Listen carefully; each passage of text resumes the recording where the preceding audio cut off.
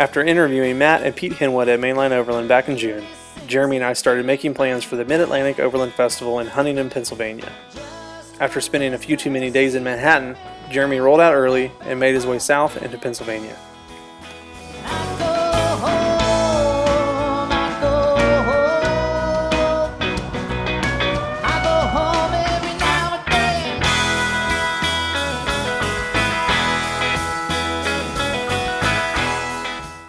Jeremy camped at Raystown Lake and the trailhead for the Allegrippus Trail System. The Allegrippus is the brainchild of the Friends of Raystown Lake and the International Mountain Biking Association, with over 33 miles of butter-smooth single track. The trails that surround the lake bring thousands of cyclists back to Huntington County, Pennsylvania each and every year.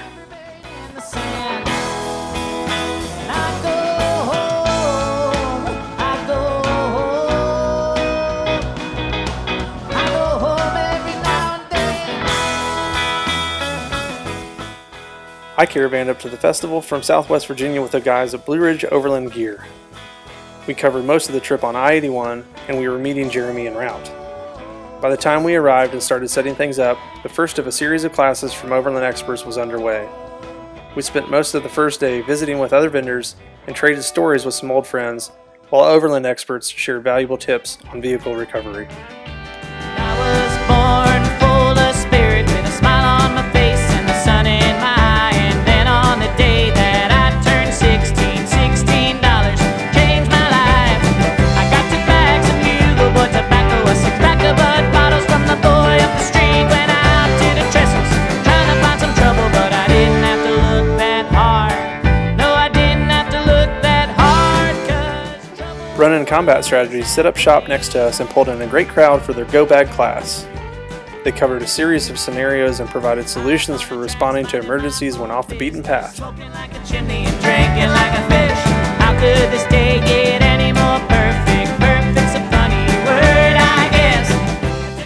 As night started closing in each evening, we kicked on the stove and started heating up the skillet.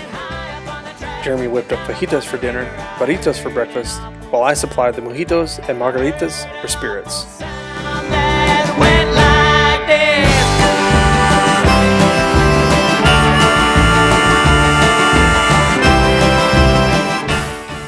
Part of our weekend was dedicated to checking out some of the rigs that funneled into the festival.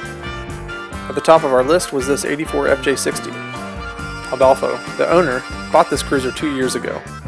With a 25-gallon water tank, extended range fuel tank, stove, fridge, and functional storage, this beast is prepped to sustain week-long overland trips in the remote backcountry.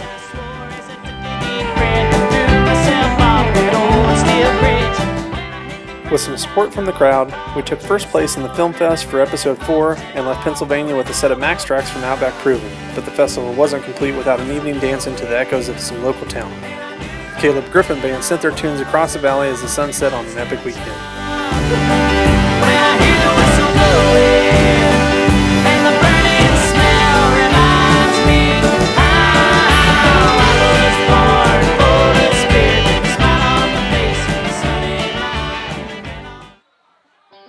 We didn't drive all the way up to western Pennsylvania without setting aside some time for a trail ride. There were a lot of trucks headed out, but we wanted to keep the group small for filming. We hit up our neighbors from Ronan, and they worked out a 4 to 6 hour loop with Purple Lizard maps through the Bald Eagle State Forest. Whether focused on preserving the sport or headed straight for the trails, one thing was obvious: everyone came for the dirt.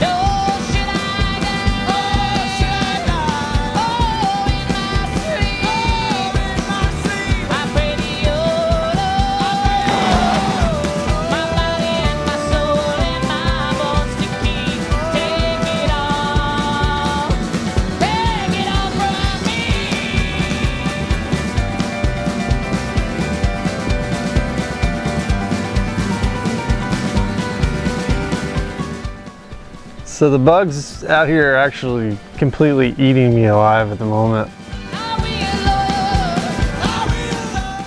The Mid-Atlantic Overland Festival was exactly what we anticipated it being. It was an opportunity to meet people, opportunity to connect with some vendors, and an opportunity to get out and see part of, you know, Appalachia that we haven't seen before. So, you know, kudos to everybody that put it together. I mean, it was a great time.